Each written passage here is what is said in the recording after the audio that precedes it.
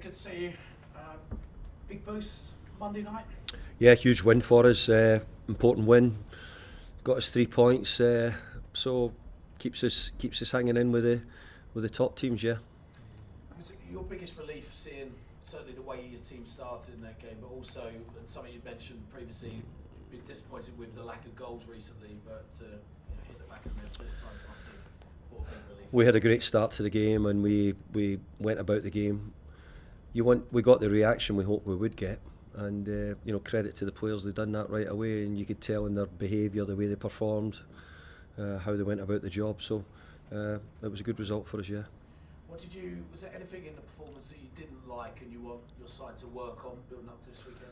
Well, there's always lots of things which you don't do as well in the game. You're always trying to improve things. So yeah, there's bits in it which we were a bit more disappointed with, but overall, look, the results will always trump most things. But I do believe that good performances lead to good results, and we have to try and keep that going. And Lucas Paquetá coming back. You've already spoken many times about how important he is for your team, but he really showed out Monday night, didn't he? He did. He played really well for us. I was a little bit concerned about him just coming back from injury, how he was going to be. And look, it's the same with MD. When you've been a relatively long-term injury, that's one game. We need them to come back and continue the good form. So we're getting into a really busy period. We've got Europe next week as well. So we're in a period just now where we're needing all our good players in form. But obviously that result gave us a great boost. And players on form, Jarrod Bowen hat-trick. How much does he benefit having the strength out wide of a fit and firing Mohammed Kudus and Lucas as well on that left-hand side? Well, to be fair, we've had Mo for a few weeks with, it's Lucas who's been missing as well. But I think you see the value of Lucas as well, on his own as an individual. Mo's been very creative in for us for most of the season as well, but still probably just getting to grips with it after the African Nations. So look, we're really pleased with him, but I think Jarrod was on a different level than where he's been as well. His goals were terrific, and his all-round performance was very good. Was it 14 now in the Premier League so far this season? I think he scored 6 in the entirety of last season's campaign. I know he's a new position for maybe half of the time this season. What have you noticed in him maybe different compared to last season? I've said several times, I see it in Jarrod. I think he's so keen to score goals. I think he's got I can look in his eyes and I think he's got goals. I'm saying he's enjoying the feeling of being a goal scorer. He's looking like he can be a goal scorer. So I think I'm just sensing somebody who's on that route to. He can still play wide right, and will continue to play on wide right in many games. So we'll chop and change whenever we think we need it. I said many times, maybe when he was not scoring, maybe you can always move him back because he can play the 2 roles. But I just get that feeling about him that he's hungry to score more goals. Look, I've not set him a target, but in my head, if he can get to 20 goals, it'll be a great record for a centre forward at West Ham. It really will be. So not told him yet, but there you go. I've probably set a target for him. I'm sure he'll know now. That's for sure. Everton on the weekend, and look, you've got up against your former club many times before, but is there a different feeling inside you? Do you have your emotions going? Huge feelings for Everton as a football club. That it gave me brilliant opportunities. It gave me a start. It gave me a chance to make mistakes and maybe get it wrong at times. They had people who supported me, and a lot of things. We grew the club, and hopefully, I think people will look back and say it was a good time. We were in Europe quite regular at that period, challenging again, trying to challenge all the top clubs with a less budget, etc. But the biggest part I've got from my time at Everton was the players.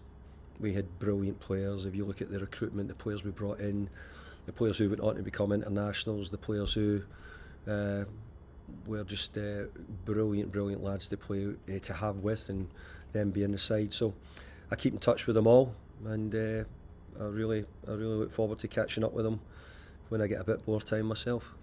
And they've had a difficult season off the pitch with the points deduction. Now they've had some points back on.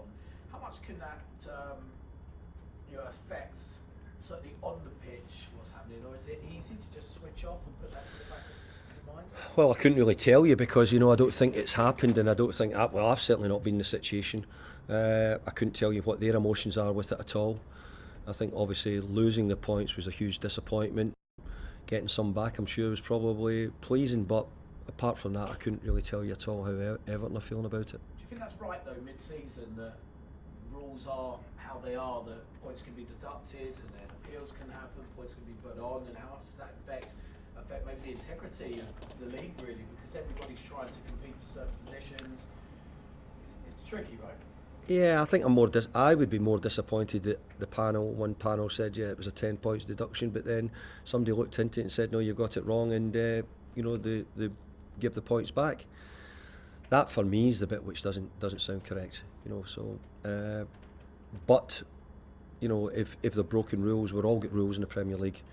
You have rules in life and you have to stick with them, or you have to stay within them. And there's rules in the Premier League, and if they think they've broken them, then that's what happens. You get punished for it. Do you think it should happen at the end of the season rather than midway through? Well, if it happens at the end of the season, who are you relegating? Who are you promoting? What are you doing? So I think it's better that we get the things moved on so that teams know exactly, and we know if we're going to have people in the Premier League. There'll be clubs who maybe think they're getting relegated and they're actually going to stay up. So I think the quicker you get it resolved, the better, really.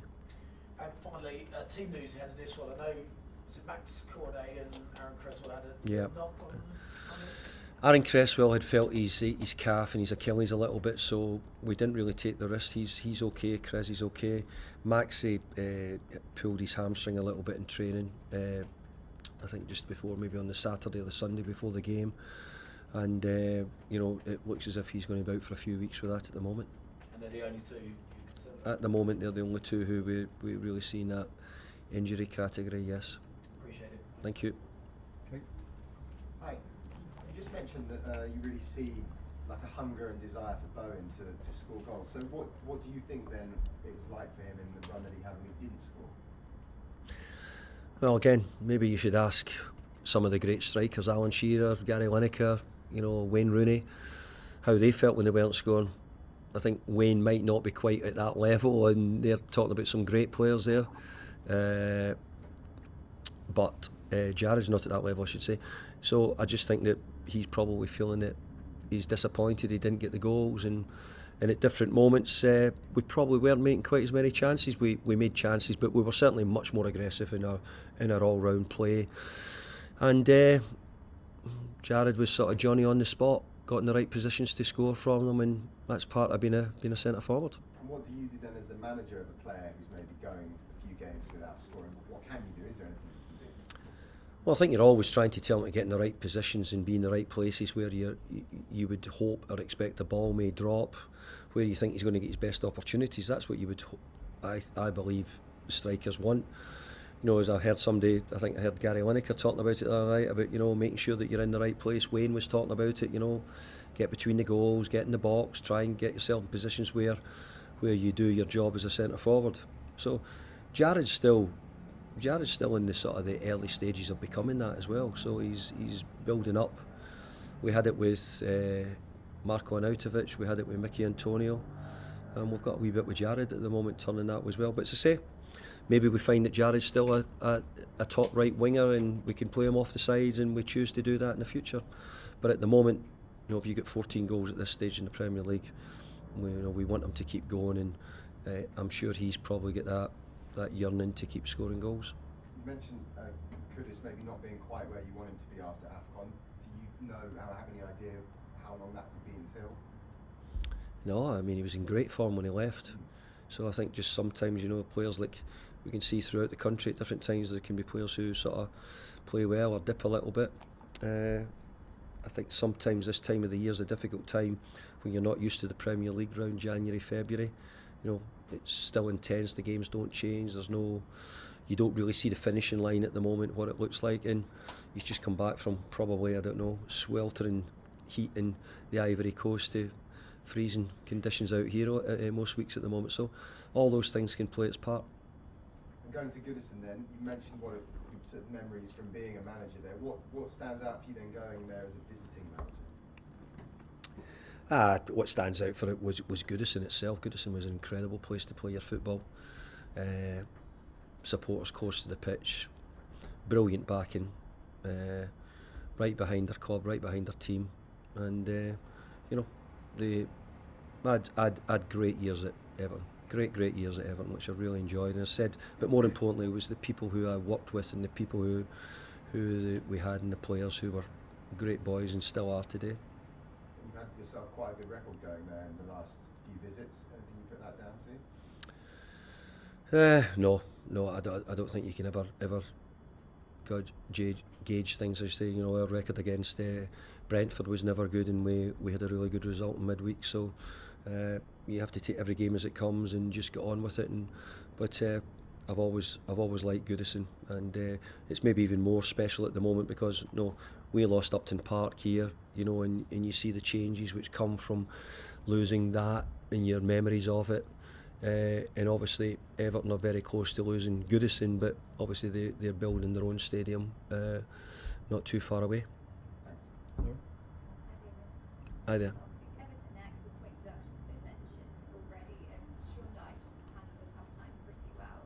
What would you say, what is he like as a manager?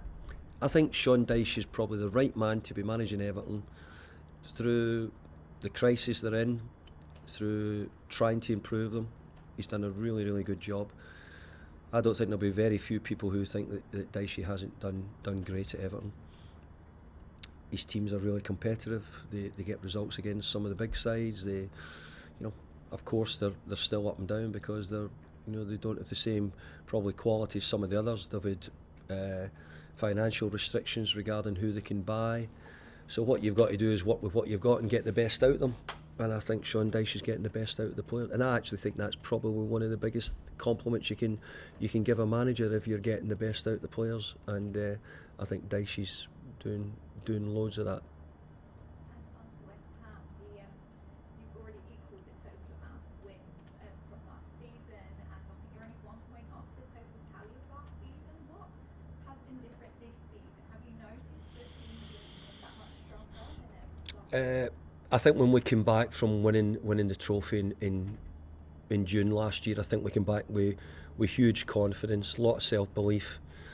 But if you look at our opening 5 or 6 games of the season, I was saying, my goodness, where are we going to get the results from? And we went on to win really important big games in that part of the season. I think that boosted our confidence, our self-belief. And I think the players who we brought in as well, it settled quickly. I mean, the loss to Declan was always going to be an effect somewhere. We've probably seen it more in the last 6 or 8 weeks than we have at any other time this season. Prior to that, we'd sort of been able to carry it, but I just think that we got off to such a good start, probably from the confidence we'd carried over from the end of last season. I wanted to finish off the awards last night as well. There was a nice nomination for yourself for Managerial. Thank you. I'd been mentioned about it. I've very luckily won it a couple of times here, the Manager of the Year in London Awards, and I'm proud of that because it's when you think of the quality of the teams and the managers who are working in the London area. So nice to get a nomination. Well, you're usually quite a consistent name on the nomination list, kind of year in, year out. What is that like to you? I think it's only sort of 5 nominations. Yeah. Well, I've got to tell you, one of the things is I've won the Manager of the Year through the LMA, which is probably the biggest award. And when you look at the managers, I've won it 3 times and I've had several nominations. So that's probably, when you think of your career, it probably gives me as much pride as anything, because it means that it's your own managers, it's the people who know the game, within the game, who are voting for it, and the people who they believe have done the best jobs. So to have 3 of them would probably be the thing which I cherish most. And I think that 2 years ago, I think I got nominated for that as well, the LMA one, when we finished 6th here. So no, they're actually things which are individual awards, and yeah, I'm quite proud of having the nominations. Thank you.